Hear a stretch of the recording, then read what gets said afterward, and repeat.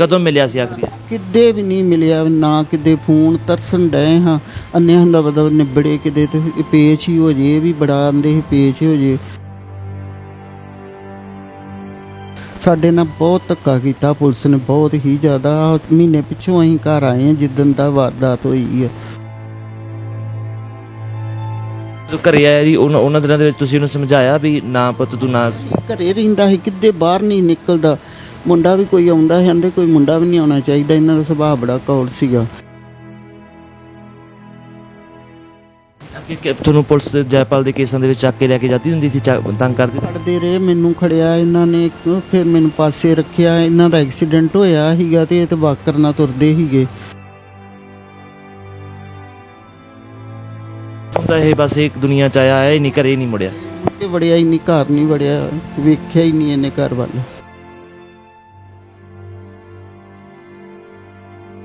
ਕਦੀ ਗੱਲ ਵੀ ਨਹੀਂ ਕੀਤੀ ਤੁਹਾਡੇ ਨਾਲ? ਕਦੇ ਗੱਲਬਾਤ? ਗੱਲ ਕਰਦਾ ਤੇ ਅਸੀਂ ਫੜਾ ਨਾ ਦਿੰਦੇ।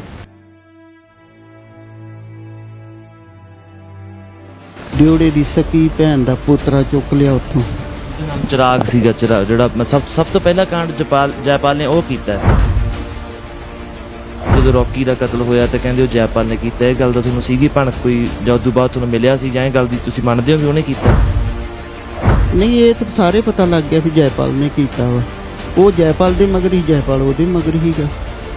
ਇਹ ਫਿਰ ਇੱਕ ਦੂਜੇ ਦੇ ਮਗਰ ਲੱਗੇ ਫਿਰਦੇ ਵੀ ਪਤਾ ਨਹੀਂ ਕਿੰਨੇ ਵਿੱਚੋਂ ਮਰਨਾ ਤੇ ਕਿੰਨੇ ਰਹਿਣਾ।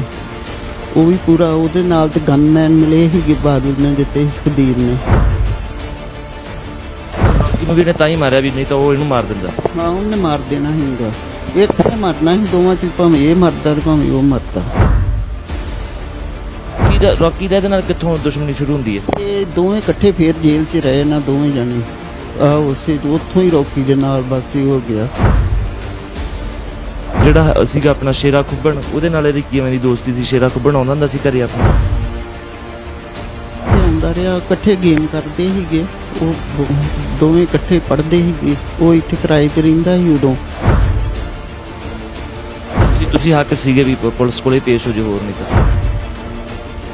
ਦੋਵੇਂ ਜੀ ਇਹੋ ਕਹਿੰਦੇ ਹਾਂ ਵੀ ਪੇਸ਼ ਹੋ ਜੇ ਤੇ ਚੱਲ ਕੋਈ ਨਹੀਂ, ਜੇਲ੍ਹ 'ਚ ਹੋਊਗਾ ਆਪੇ, ਚੱਲ 10 ਸਾਲ 20 ਸਾਲ ਬਾਅਦ ਆ ਜਾਏਗਾ ਘਰ ਕੋਈ।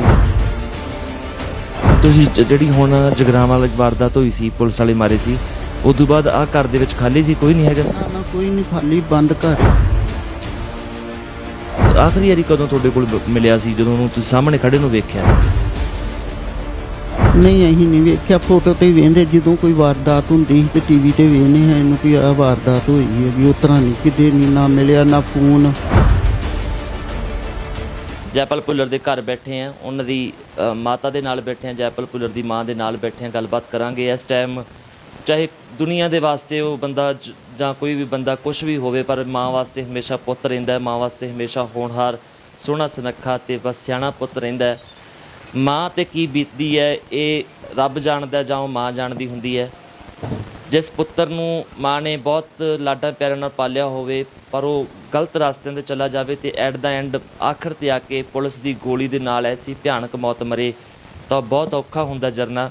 ਜੈਪਾਲ ਦੀ ਮਾਂ ਸਾਡੇ ਨਾਲ ਹੈ, ਇਹਨਾਂ ਨਾਲ ਗੱਲਬਾਤ ਕਰਾਂਗੇ ਕਿ ਕਿਹੋ ਜਿਹਾ ਹੁੰਦਾ ਸੀ ਜੈਪਾਲ, ਕਿਹੋ ਜਿਹਾ ਦਾ ਬਚਪਨ ਸੀ, ਕਿਉਂ ਇਸ ਰਸਤਿਆਂ 'ਤੇ ਗਿਆ। ਮਾਂ ਨੂੰ ਤਾਂ ਭਲੀ ਭਾਂਤ ਸਭ ਕੁਛ ਪਤਾ ਹੁੰਦਾ, ਬਹੁਤ ਰੋਕਣ ਦੀਆਂ ਕੋਸ਼ਿਸ਼ਾਂ ਵੀ ਕਰਦੀ, ਕਈ ਵਾਰੀ ਪੁੱਤ ਬੇਵਾਰੇ ਹੋ ਕੇ ਚਲੇ ਜਾਂਦੇ ਨੇ।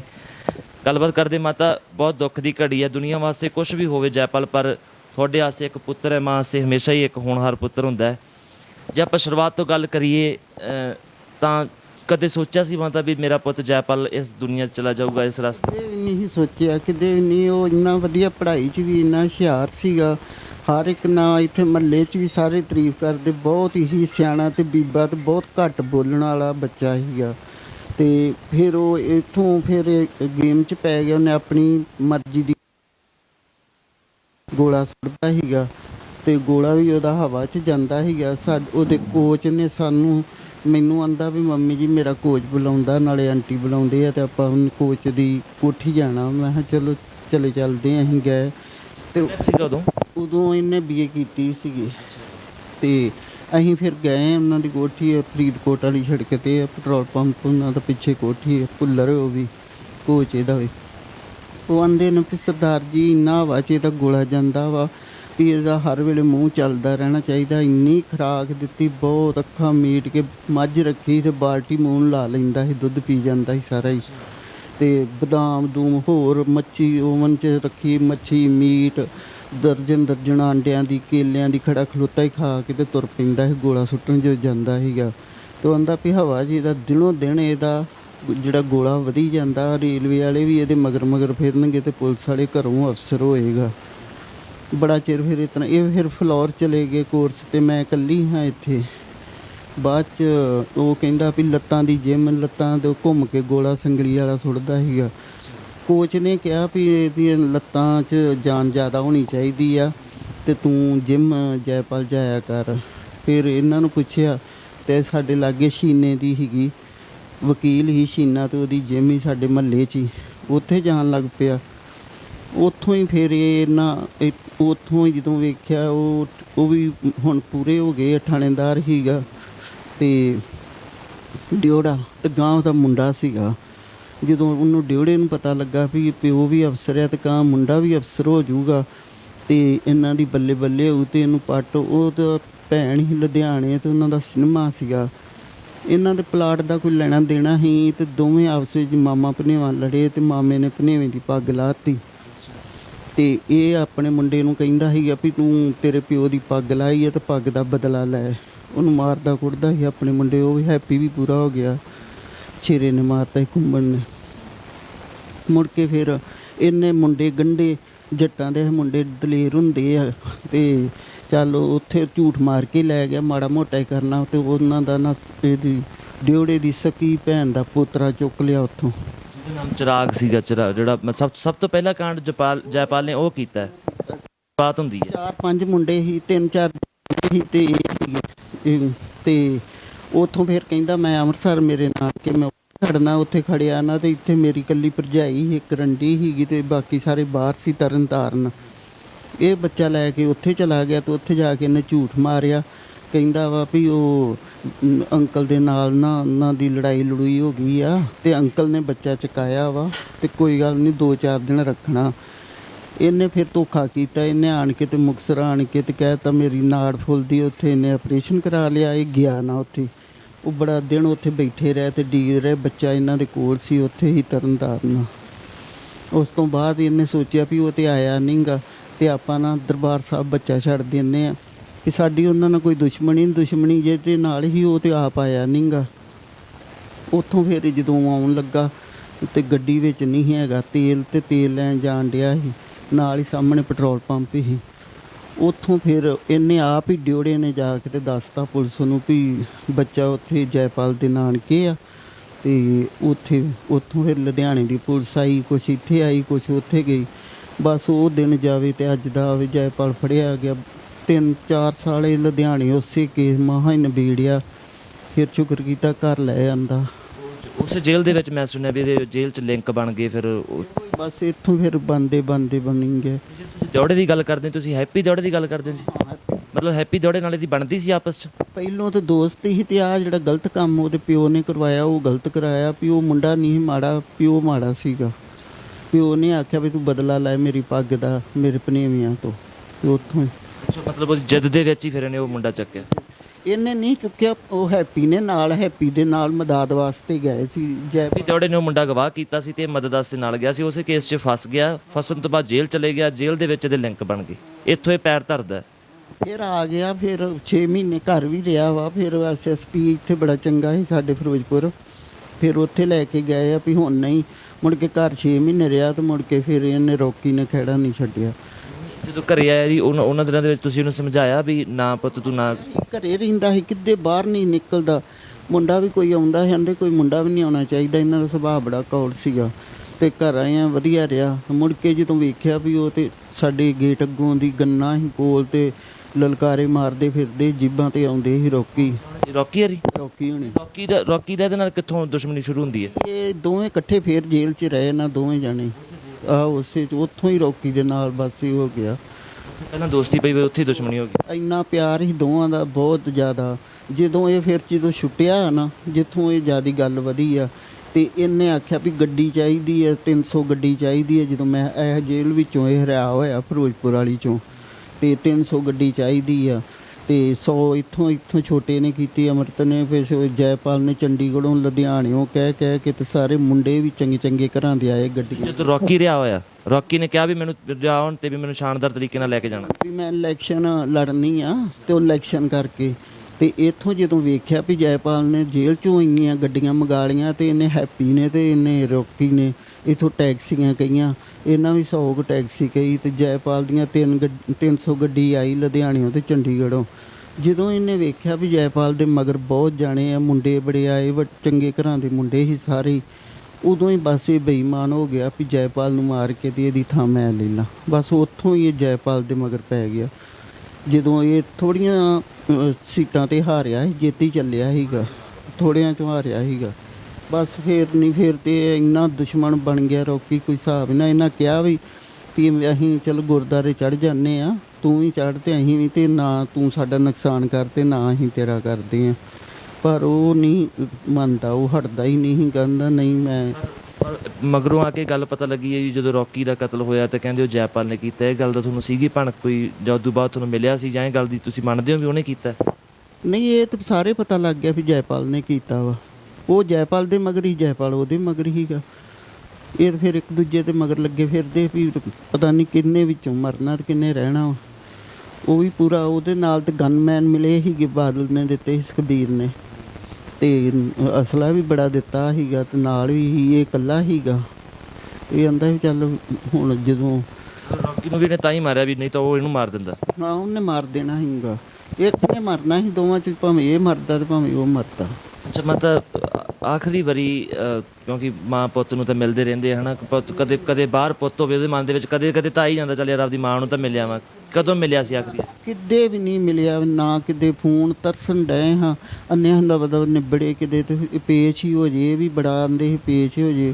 ਫਿਰ DGP ਰੋੜਾ ਉਹਨਾਂ ਨੇ ਇਹਨਾਂ ਨੂੰ ਬੁਲਾਇਆ ਉੱਥੇ ਚੰਡੀਗੜ੍ਹ, ਇਹ ਗਏ ਸਰਦਾਰ ਹੁਣ, ਇਹਨਾਂ ਦੀ 3 ਘੰਟੇ ਆਪਸ ਵਿੱਚ ਗੱਲ ਹੁੰਦੀ ਰਹੀ DGP ਨਾਲ।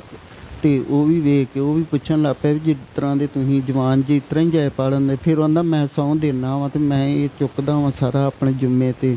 DGP ਰੋੜੇ ਨੇ ਕਿਹਾ ਵੀ ਤੁਸੀਂ ਜੈਪਾਲ ਨੂੰ ਪੇਸ਼ ਕਰਾ ਦਿਓ। ਕਹਿੰਦੇ ਜਦੋਂ ਮੈਨੂੰ ਪਤਾ, ਇੱਕ ਵਾਰੀ ਇਹਨਾਂ ਚੰਡੀਗੜ੍ਹੋਂ ਫੜਾ ਵੀ ਦਿੱਤਾ ਸੀਗਾ। ਇਹ ਤੇ ਆਪ ਬੜੇ ਕਾਲੇ ਸੀਗੇ ਵੀ ਮੈਂ ਜੈਪਾਲ ਨੂੰ ਫੜਾਵਾਂ ਤੇ ਚੱਲ ਜੈਪਾਲ ਪੇਸ਼ ਹੋਵੇ ਤੇ ਕੰਮ ਨਿਬੜੇ ਘਰ ਨੂੰ ਆਵੇ।